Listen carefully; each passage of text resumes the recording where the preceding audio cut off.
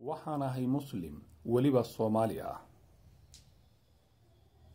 waxaan leeyahay geeska Afrika. ma ahi daciif ama ruux fulay cabsada. mana qaato dulmiga iyo kibirka. waxaan leeyahay oo dhan sida diinta iyo dhulkayga waan u dhimanayaa. dagaalkana waan aqaan, idinkuna waad ogtihiin.